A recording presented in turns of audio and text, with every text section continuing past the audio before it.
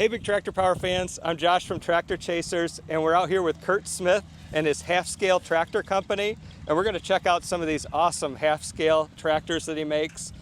And Kurt, so what got you into making these half scale tractors? Well, actually the little 826 I built in 2008 just for fun. I had a desk job and I was bored, and I saw Paul Funk. He's in Indiana. He built a miniature 560 and a miniature H, and I found his website and I thought I could do that. So I grew up running the real 826 on my family's farm, and decided that's what I wanted to build. And over the course of a year, it took me a year to build the first one. I built it, and then a year later I built one for a friend, and then I thought I was done building tractors. And a gentleman saw those two machines at a tractor show and asked me how much it would cost to build a John Deere 430, and I said, "Sir, it'd be too much money, you wouldn't want to spend it." And he said, "You figure out how much money it'd be and I'll tell you if it's too much." And he was my first customer.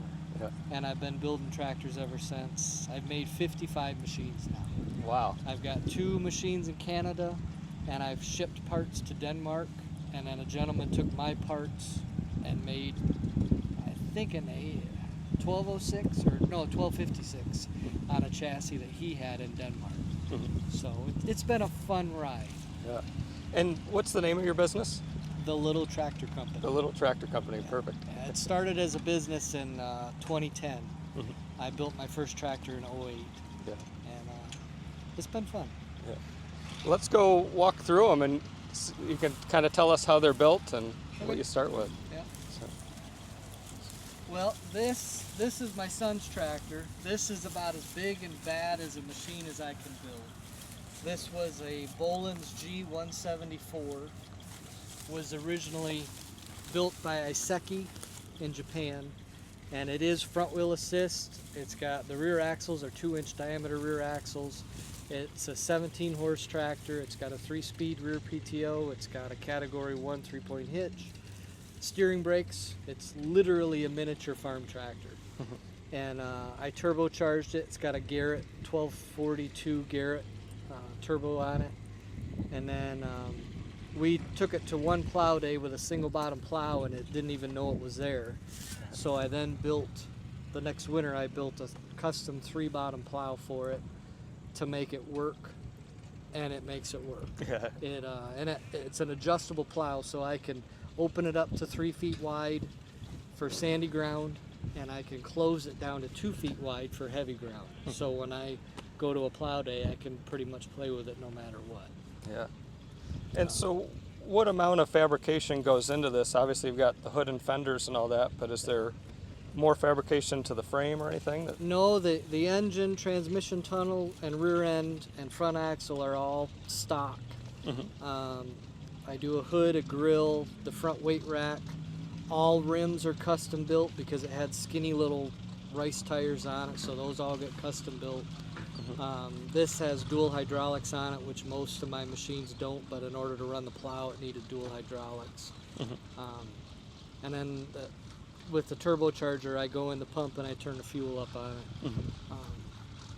But I started building on Cub Cadets, and then a customer found one of these for me to build, and I've built probably a dozen on this chassis, and they're just an amazing bulletproof machine. But most of my machines are toys. Yeah.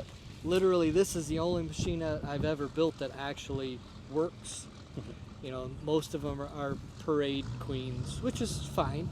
But I just decided if I was going to go to tractor shows and plow days, I wanted to play with my toy. So, and my son has a hoot. He's 13. He couldn't come with today, but he has a blast with it. Yeah. Now let's talk about the plow. What kind of? This is all handmade, you were saying? The only thing that was bought was the plowshares. And so the bottom foot was their Brinley 12-inch garden tractor plows. And then the entire framework I built from scratch, modeling it after an International 735 very width plow. and then the tail wheel. It was set up, initially I thought it'd be in furrow, but the tractor wasn't happy, so when I built it, I made sure I could change it, so I pull on land with it, and it's a blast to run. It's fun to show up to a tractor show and people tell me that tractor can't pull that plow, and I just smile and say, okay, we'll see, and then it does.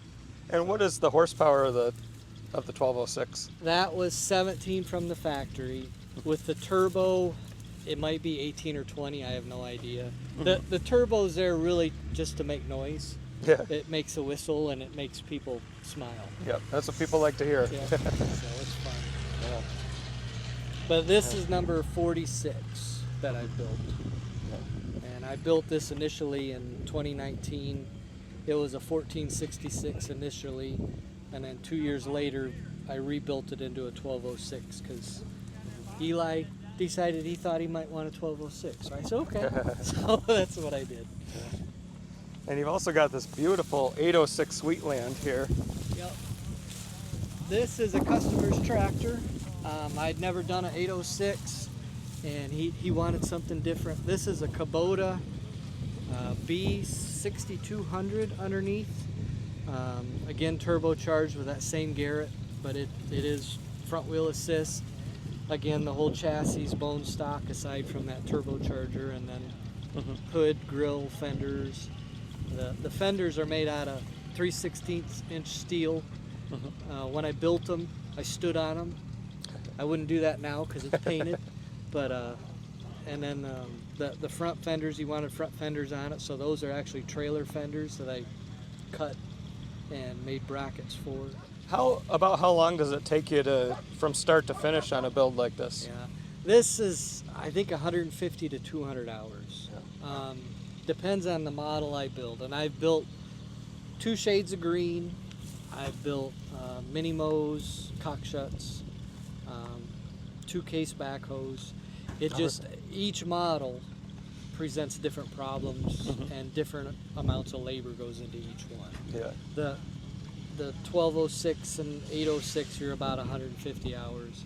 My son's tractor is probably 250 because of all extra I've done to it. And now we've got the 826 down here. Yeah, and this humble little guy is what started it all. I built this in 2008. There's a Cub Cadet underneath there, and if you look real close, you'll find Cub Cadet yellow, because when I built that, I built it on a shoestring budget, and didn't even get it sandblasted.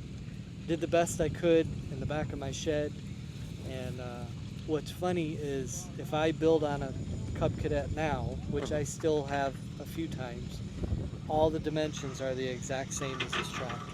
Yep. Because I designed it on the computer. I figured out how far to stretch the frame, how big to make the hood, the grill, and it took a year to do. So, you know, I solved a lot of problems on the computer before I started building. And I probably built a dozen of, you know, the Cub Cadet based tractors, maybe 18. Well, these are just really impressive to see, and I appreciate you taking the time to go over them. And now we're going to head out, and you're going to do some plowing with the 1206 today. Yep. And excited to see that. And remind everyone what the name of your business is. It's The Little Tractor Company, and my website is thelittletractorco.com. Thelittletractorco.com. Yep. And you build, we've only seen internationals today, but you build all different brands. Yeah. I'll take a look at anything. I've never told a customer no. I've built an Orchard Oliver, I built 2 case backhoes, and I've even built a miniature cab over Kenworth semi-truck. Oh, wow. And so I've never said no. Yeah. As long as somebody can write the check, I'll figure out how to build it. Yeah. Yeah. So. Well, I appreciate you taking the time to explain these, and let's go head out to the field and do some plowing. All right, sounds good. Yeah. Thank you.